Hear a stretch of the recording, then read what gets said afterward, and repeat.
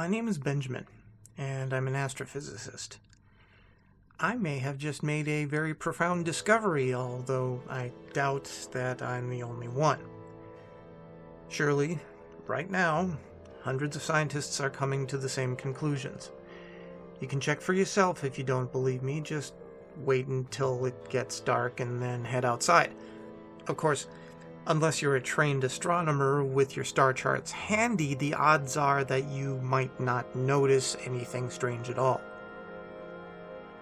My role in all this started only a few hours ago, although it feels like much longer.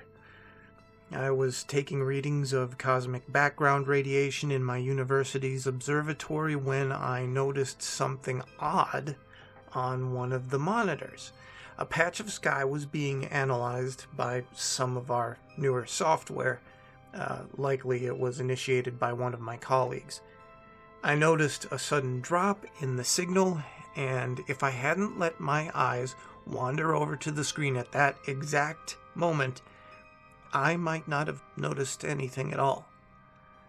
The signal didn't drop out entirely, it just decreased sharply, and suddenly in magnitude.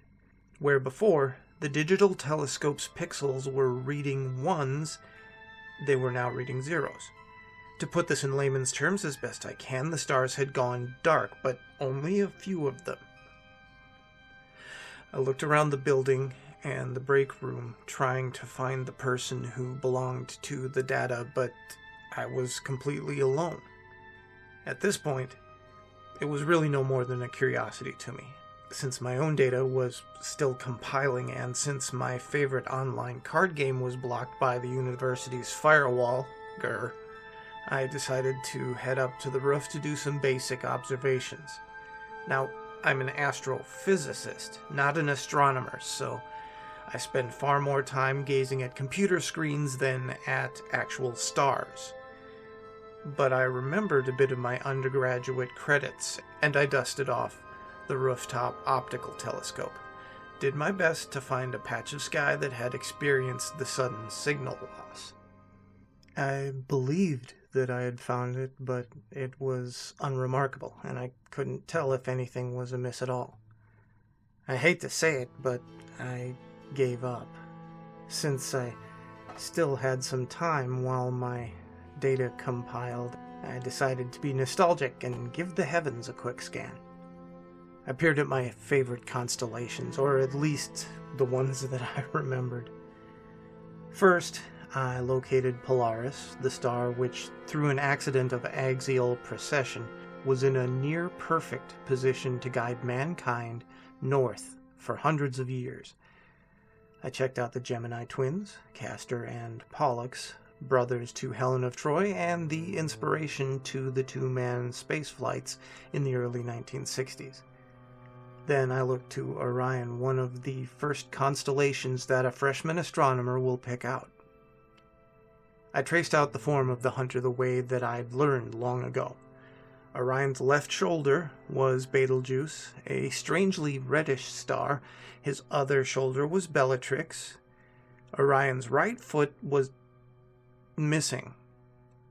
I remembered that this was supposed to be the star Rigel, a distant high-energy supergiant. But I couldn't find it anywhere. Stranger still, Orion's belt, that famous straight line of 3 stars, didn't look quite right either. Confused, I kept looking at the stars, wishing that I had retained more of my undergrad astronomy. I looked for the brightest stars visible from my position on the globe. Everything seemed fine. Capella was there. Sirius, the dog star, was shining brightly, but then I noticed that Canis Major, the constellation containing Sirius, was incomplete.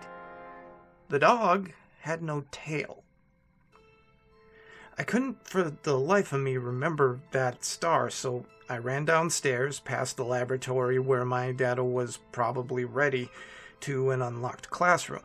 I grabbed the textbook off the shelf and started skimming through it.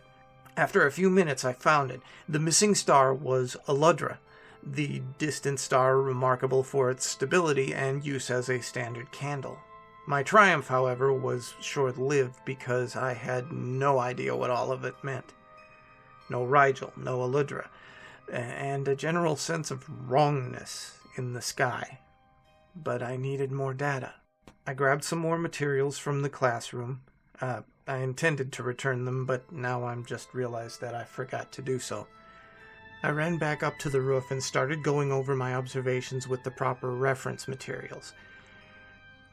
The 2 stars that I'd noticed missing were Rigel and Aludra. However, other stars such as Betelgeuse, Capella, and Polaris were all present and accounted for. I looked at an index of stars and finally saw a pattern. The missing stars were further away than the ones that were present. Even though they both make up parts of Orion's body, Betelgeuse and Rigel were hundreds of light years distant from each other. I spent the rest of the evening doing a systematic survey of the night sky. Unfortunately, there was an entire hemisphere between me and half of the visible stars, but I gave it my best shot. My initial theory was confirmed. The stars that were furthest away from Earth were the ones that were missing. But I refined my observations. Using the optical telescope and my basic star charts, I came up with a long list of the missing stars. I took these data points down to the lab and started building a computer model. I used a 3D map of the galaxy and plotted out the missing stars. That's when I noticed it. The data points all fell outside of a certain radius. There was a nearly perfect sphere of stars, with everything outside having simply vanished.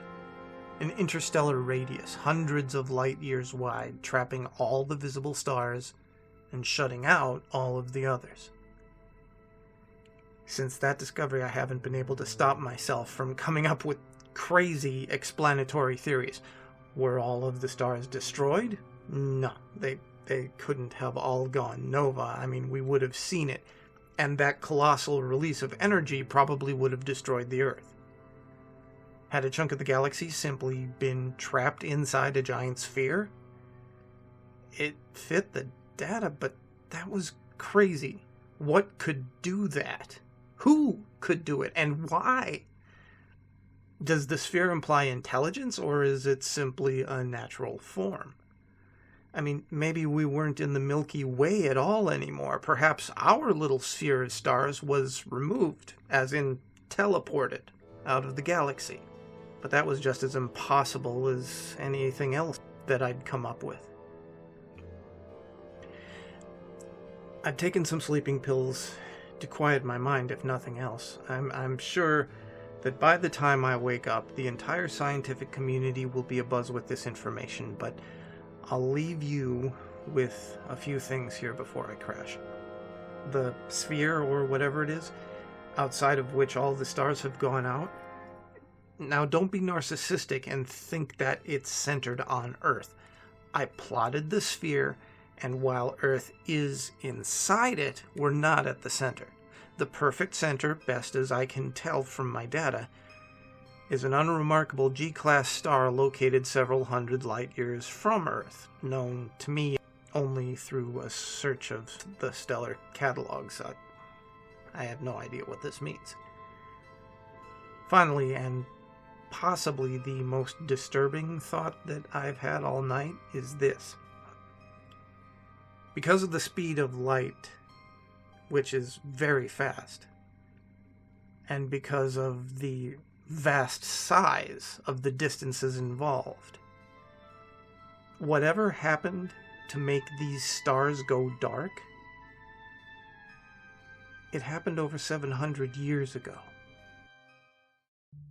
Well, that's just the universe, isn't it? It doesn't care about you, and it's not going to give you any answers. Yeah, there's a reason they call it cosmic horror.